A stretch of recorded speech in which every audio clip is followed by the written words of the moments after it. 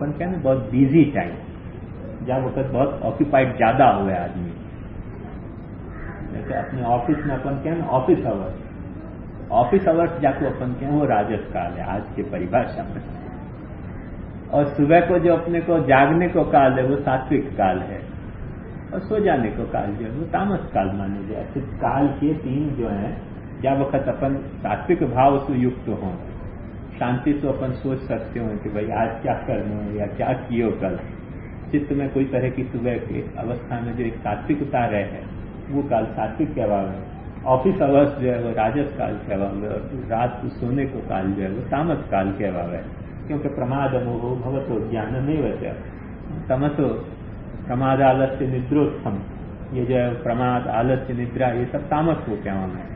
वह न्याय सु ये जो है वो वृद्ध के लोगन के लिए ये राजस काल है, क्योंकि गायें सब लौट के आ रही हैं, गायें लौट के आ रही हैं, उनको बछड़ा उनको दूध पिलाना, गो दोहन करना, उनको घास डालनी, उनके लिए साफ करना, सब काम जो है रसोई चढ़ानी, या फिर बहुत ही जो है दिन को काल जो है ना ये ग्वालन के लिए और ग्वालिनी के लिए गोपिकान के लिए जो है वो फुर्सत को काल हुआ है, दोपहर को काल, क्योंकि ग्वाले सब चले जाएं दो चारण के लिए, तो वह वक्त इनकी फुर्सत को काल हुआ, तो वह वक्त युगल गीत चले, वाम बाहुकृत वाम कपोलो वल्गित भ्रूरधरार्पित कोमलांगुलि विराश्रित मार्गम गोप्य ईरयति यत्र मुकुंद। वह वक्त जो है वो फुर्सत में उनको मन दौड़ा फिर यहाँ ध्यान करने के लिए प्रभु की क्या क्या लीला चल रही है। तो यह वक्त जो है वो बड़ा व्यस्त काल है, और या व्यस्त काल में भी जो है वो कथनचित समय निकाले, ये जो है वो या गोपी को कृष्ण के प्रति स्नेह और आकर्षण को स्वरूप है। नहीं तो ऑफिस आवर्स में अपने से कोई कह के भगवान नाम लो तो जैसे नहीं बात, अपन क्या घड़पण ना गोविंद गुण का कारण क्या, क्योंकि घड़पण में रिटायर हो जाए आदमी, ऑफिस आवर्स सारे खत्म हो जाए, तो ऑफिस आवर्स जो है वो नहीं जैसे वाबकर। तो इनको स्नेह के कारण, स्नेह को स्वभाव ऐसा है कि इनको इनके जो है वो बिजी समय जो है, बिजी टाइम जो इनको है, वह वक्त भी यदि प्रभु के दर्शन हो रहे हों तो इनसे रहो नहीं जाए है, नहीं रहो जाए, ये इनके हृदय की विवशता है, लाचारी। या के लिए आचार्य चरण कहें कि रजोगुणस्यायम समय कामस्य च काल, समय जो है ये रजोगुण को है, और काम के श्रृंगार के मधुर भाव के आगमन को ये काल है। काल है क्यों कि नील कुंतला भ्रमरा इव रसबोधका। प्रभु गाय चरा के और पाछे वृद्ध के तरफ लौट रहे हैं, जैसे वहां कहें कि मद गजराज की सी चाल, कुंचित कच अनेक अंकुश से चलत लटकत भाल, मद गजराज की चाल। माने ये जो घुघराले बाल ठाकुर जी के, और घुघराले बाल छोटे छोटे यूं करली होके यहाँ अलकन पे बिखर जाएं, तो उनमें अनेक भाव जागृत हुए। कभी ठाकुर जी झूम झूम के आ रहे हों, तब ऐसा प्रतीत हुआ तो मानो कोई हाथी मस्त आ रहे हो है, और वह हाथी को अंकुश काबू में रखने के लिए अनेक अंकुश लटकाए गए कि जिनके कारण यह हाथी कहीं बेताब न हो जाए। कभी ऐसा बोध हुआ कि ऐसा नील कमल, क्योंकि सांवरो मुखारविंद है, और सांवरो मुखारविंद और सांझ ढली तो वाकई जो है वो कालिमा जो है, संध्याकालीन जो कालिमा है वो ढल रही है, तो वह वक्त इन पर जो ये अलग हैं, ये ऐसे लगे जैसे कोई शांत को नील कमल पर भौराएं बैठे हुए हों, अपने अलग अलग पैर उसके हुए ना ऐसे गोल पग, तो वो भी अंकुर माने वो भी जो है वो कुंतल जो है वो ऐसे लगे उसके भ्रमर के पद हुए गोल गोल, और ऐसे मुखारविंद पूरा नील कमल जैसा दिखे, जैसे भ्रमर की तरह ये जो है वो कुंतल जो है वो अलग लगी हुई है। तो नील कुंतला भ्रमरा इव रसबोधका, ये ही मुख कमल लावण्यामृतम पिबंती ते उद्बोधका। कुल मिला के बात क्या है कि रस को उद्बोधन कौन कर सके, रस को कौन जगा सके कि जाकी भगवान के मुखार बिंद में आ सके। इन कुंतलन की माने भगवान की जो अलकें हैं उनकी भगवान के मुखार बिंद में आसक्ति इतनी है कि 50 वक्त उनको यूं करो फिर भी गिर के आना है मुख पे, क्योंकि वो मुख को संबंध छोड़ना नहीं चाहे। जब मुख को संबंध नहीं छोड़ना चाहे, मुखारविंद की आसक्ति उनकी छूटे नहीं, वास्तु इनमें ये सामर्थ्य है कि मुखारविंद संबंधी जो भी कुछ स्नेह है वह रस को ये उद्बोधन करता। ये मुख कमल लावण्यामृतम पिबंती, मुख कमल को जो लावण्य है, अमृत है, वो जो पान कर सके हैं, वो या रस को उद्बोधन कर सकें, वो बता सके। मैंने जो जाने कोई तो बता सके न, जाने नहीं उसको पता कैसे चले। अब पियो ही नहीं जाने, समझो गन्ना को रस है, जाने पियो ही नहीं, अब 50 वक्त में कहूँ भाई गन्ना को रस मीठो हुआ है, कैसे समझना है वो कि कैसे मीठो हुआ है। जो पिए वो जाने न, तो मुख कमल को लावण्य अमृत जाने पियो है, इन भौरान ने पियो है। तो ये जो है वो जाने हैं, और जाने हैं तो जता सके हैं, बाकी तो जता कौन से। अतः तैरावृतम वनरुहवत कमलवत आननम बिभ्रत, हे वीर न मनसि स्मरम इच्छति। इन अलकंसु ठाकुर जी को मुखारविंद घिर गयो, जैसे एक ताजो खिले गयो कमल हुए, अब आप अनेक भौराएं टूट पड़े और चारों ओर से भौरान से घिर जाए, ऐसे तरह के ठाकुर जी के नील कमल जैसे मुखारविंद की शोभा है। और या प्रकार की शोभा से जो है वो मनसी हे वीर न मनसी स्मरण, या प्रकार के नील कमल सदृश अलक जैसे भंवरन सु आवृत सु मुखारविंद सु हमारे में श्रृंगारिक भावन को उद्बोधन करे। क्यों? श्यामो वही श्रृंगार, श्रृंगार को वर्णी जो है वो श्याम माना है। और नील कमल जैसे वर्ण सु जब वक्त प्रभु आवे तो श्याम जो श्रृंगार को वर्ण है वह नहीं श्रृंगार के भाव उद्भूत हो, तो हुए क्या हो। यही लिए श्री गोसाई जी कहें संध्यायाम नीलवर्णैरावृतत्वे सति तत्प्रभाव व्याप्तत्व भवती थी तदुक्त्या वनरुहोक्त्या से कुवलया भस्म व्याप्यते।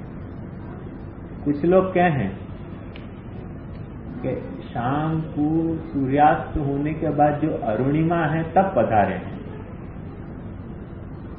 नहीं, अरुणिमा एक पीरियड आवे है, वाके बाद फिर नीलिमा को जो पीरियड आने लगे तब ठाकुर जी पधारे हैं। या वर्ण के अनुसार अरुणिमा के पीरियड से तो लौटना शुरू करें हैं। पदन में आप देखोगे तो पता चलेगा कि अब सूर्य ढल्यो तो उनने की अब लौटो, तो मार्ग में ही वो अरुणिमा तो खत्म हो जाए। जब ब्रज में पहुंचे तब तक तो नीलिमा आनी शुरू हो जाए। और वह नीलिमा के कारण जो सांझ को जो नीलिमा छा रही है, वह नीलिमा के कारण प्रभु के मुखारविंद में भी नीलिमा की आभा आई है। वाके लिए नील कमल की शोभा है, रक्त कमल की शोभा नहीं है लौटते हुए। यही लिए रक्त जो वर्ण जो है वो यद्यपि भयंकर रस को माने गए है, तो वह तरह के काल में प्रभु नहीं लौटे हैं। जब नीलिमा को काल आवे है तब लौटे हैं। दिवस सहु श्यामावली रस रूप तनो जस गाय, वासर निर्वाह एम करे सकी सायं काले से। सायं काल को जब वक्त दर्शन किए हैं वो या तरह के स्वरूप के दर्शन किए हैं। नीलवर्णैरावृतत्वे तत्प्रभा व्याप्तत्वं भवति इति तदुक्त्या वनरुहुक्त्या कुवलया भस्मं व्याप्यते। नील कमल जैसी प्रभु में शोभा है। कारण क्या कि तथाच प्रिया मुखेन्दु दर्शनेन उत्तरोत्तरम अधिक विकासवत्वम इतः पूर्वम अतादृशत्वं च ज्ञाप्यते, तेन प्रियस्य सर्वस्वासक्ति सूचिता भवति, अतएव जलपदम विहाय वनपदमुक्तम। यहाँ वनरुहाननम कहो, जलरुहाननम नहीं कहो, क्योंकि या वक्त इनके भाव जो हैं वो श्रृंगार के भाव हैं और नीलिमा अपेक्षित है। जलरुहानन जो है वह में जो है वो तो रक्तिमा हुए, गुलाबीपन हुए, इनको जो है वो नीलिमा अपेक्षित है।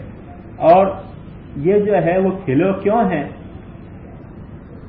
नील कमल जैसो, बल्कि ये कमल नहीं, जाकू कमल नहीं कह न, वाह तरीके को प्रभु को मुखारविंद खिलो है। तो वो क्यों खिलो है कि तथा से प्रिया मुखेंदु दर्शनेन, लौटने लगे हैं और एक एक भक्तन के मुखारविंद के दर्शन ठाकुर जी को भी हो रहे हैं। तो वह ठाकुर जी को जब भक्तन के मुखारविंद के दर्शन हो रहे हैं तो वहां में भी प्रभु के मुखारविंद में भी कोई तरह को एक विकास नजर आ रहा है। विकास माने क्या? प्रफुल्लता नजर आ रही है। क्योंकि जब दिन भर वन में रहे और शाम को लौटे और अपने एक एक भक्त जा वक्त एक एक भक्त के मुख जा वक्त दिखने शुरू हुए, तो वो दिखने की फिर से दिखने की जो प्रफुल्लता है वो प्रभु के मुखारविंद पर भी झलक रही है। माँ ये जो कहे ना,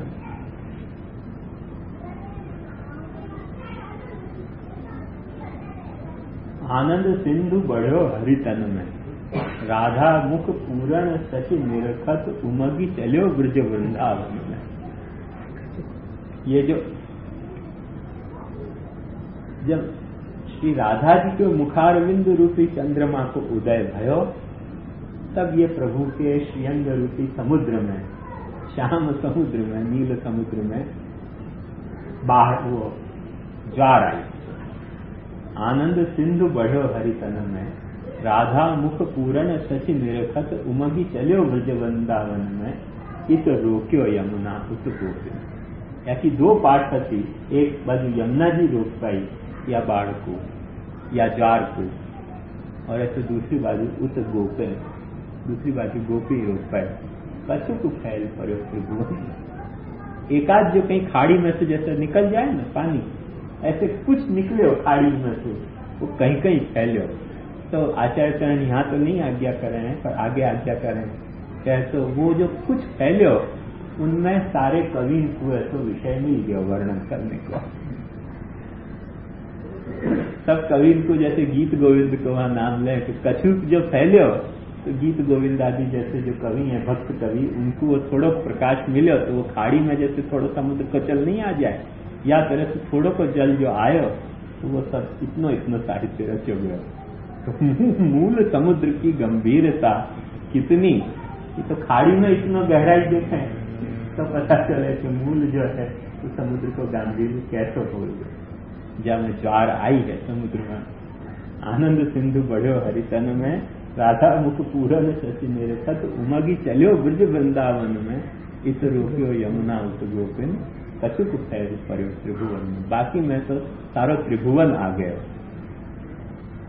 तो वाल ये कहें कि तथा से प्रिया मुखेन्दु दर्शनेन उत्तरोत्तरम अधिक विकासवत्वम इतः पूर्वम अतादृशत्वंच ज्ञाप्यते। और जब तक ये मुखारविंद के दर्शन नहीं भय थे तब तक ये ज्वार प्रभु के मुखारविंद में भी आई नहीं।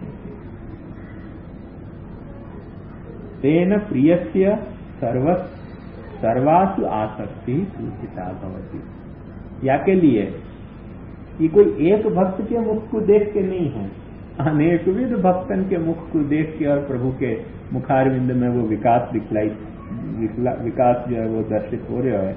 या के लिए जितने भी भक्त प्रभु को दिखलाई दे हैं उन सबन में प्रभु की भी आसक्ति जो है वो सूचित हो रही है। अतएव जल पदम विहाय वन पदम, क्योंकि सबन में प्रभु की भी आसक्ति है। या लिए जल नहीं कह के वन कहो, वन मन सब, वन रुहाननम है। माने जल तो एक जल में पैदा हुए और वन तो समुदायवासी हो गए ना। तो क्योंकि सब भक्तन में प्रभु की भी आसक्ति है, जैसे सब भक्तन की प्रभु में आसक्ति है, या लिए जो है वो वन रुहाननम बिभ्रतावृतम कहो।